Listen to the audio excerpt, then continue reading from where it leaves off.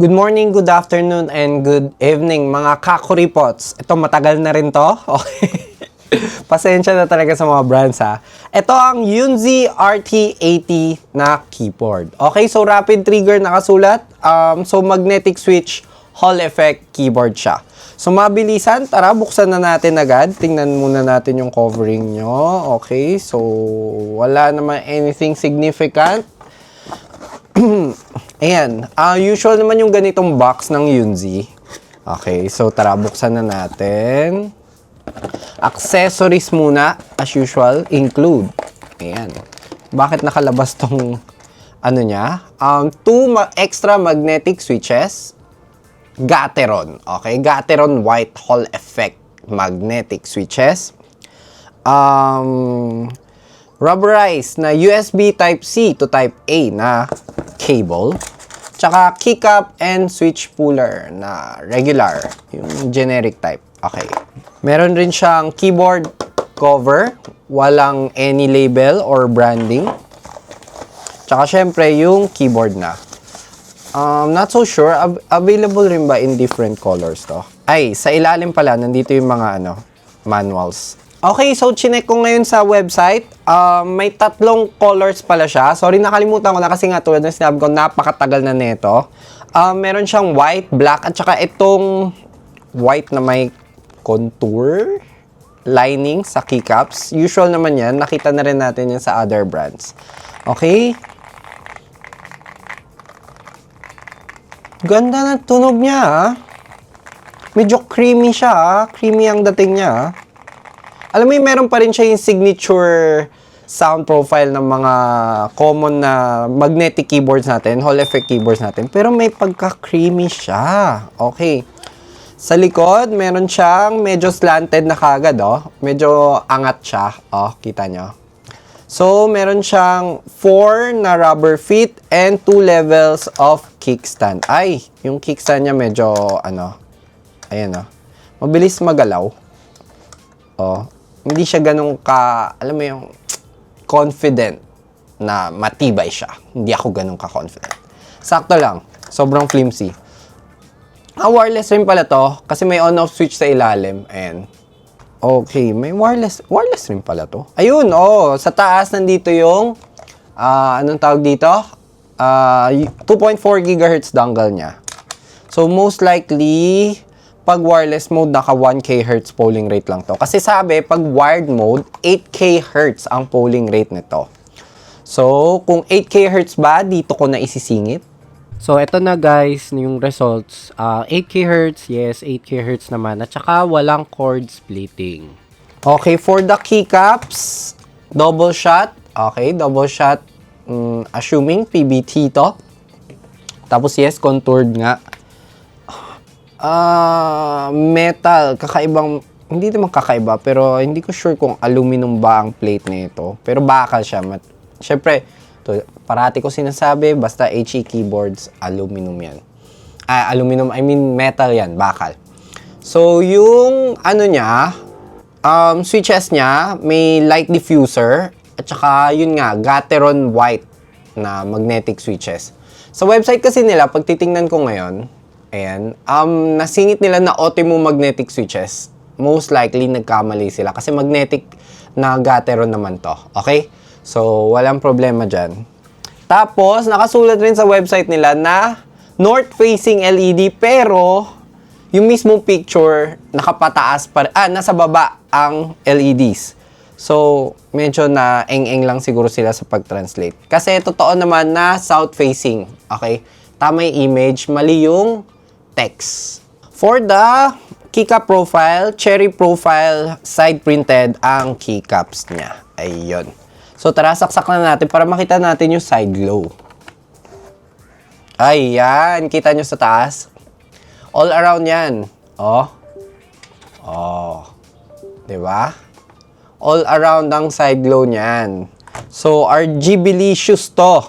Pero parang medyo hirap yung kapit nung medyo maluwag yung saksakan niya, or baka dahil sa cable ko yan. Pero medyo may pagkaluwag. Kaya medyo nag-disconnect. Baka sa USB cable ko. Okay? So tara, gusto ko na parinig sa inyo yung pagiging medyo creamy sounding ng HE keyboard na to. Okay, so check muna natin kung NKRO ba siya. Hindi ko napapakita pero yes, umabot 27, 28, 29 keys at a time siya. So tara, punta na tayo sa typing test.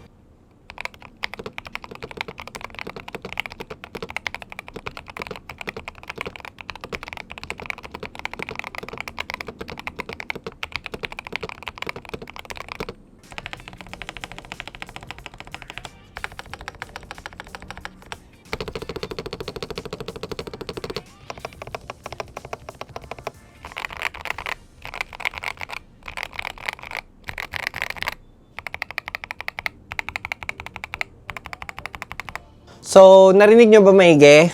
Medyo parang di ko kasi matandaan, hindi talaga maganda yung memory ko pagdating sa ganito. Parang ito ang isa sa pinaka-okay na Hall effect keyboard na na-try ko. Okay? Sa sounds. Okay? So, ewan ko, hindi ko lang matandaan yung last time. Ano yung super premium? Yung nasa around 12,000. Hindi ko matandaan kung maganda ba tunog nun. Pero ito, not bad. Medyo hindi ganun kalakas yung tunog niya, pero pag narinig mo, not bad. Okay, so tara, punta naman tayo sa software niya this time. Okay, so parang same siya dun sa huling keyboard na nai-post ko. Ano nga ba yung huling keyboard? Yung Attack Shark X85, di ba? HE. Medyo same kasi IoT driver yung gamit. Not so sure, hindi ko alam. Pero QMK.top, tapos dinala na lang niya ako dito. Okay, so dyan na lang kayo pumunta. Okay? So, medyo same. Okay? So, same siya. Meron siya nung medyo mabagal mag-load. Ayan, medyo mabagal lang. Okay, ito yung rapid trigger area. Okay, sensitive, game, customize. Ito yung rapid trigger area. Settings. Advanced settings. Ito yun. Ito yung main 4. DKS. Ano nga ba ang DKS? Dynamic ba to? Ito yung pag pinindot mo ng 0.77 mm na lalim, iba yung function sa 3.5 mm na lalim. At saka yung pag-release mo ng key, okay, 3.5 mm rin, at saka 0.7 mm. Tapos MT, ito yung, ano to? Pag hinold down mo yung button, iba ang yung function niya, at saka pag tinap mo lang, okay? Ito yung TGL. There are two ways to play by clicking the button. Enabling long press. The button will continue to be triggered. At saka, yun. Basta yan. Nakalimutan ko na, pero, yan. Okay? Tulad na sinabi ko, hindi maganda memory ko sa ganyan. At saka lastly, syempre, ang pinakasikat na snap key or snap tap or SOCD, which is nakakaban. Okay? Ayan. So, actually, gamepad mapping. Okay, so baka may iba. Oo. Meron, gamepad is yung mga controllers natin no? Ayan. So, unboxing video lang naman to. Siguro kung ano, kayo na mag-check nito. Okay? Other setting, ito yung pag-sleep ng keyboard nyo. Okay? And others, FN setting, macro, lighting, and others, which is yung pang-update ng firmware, IoT version, etc.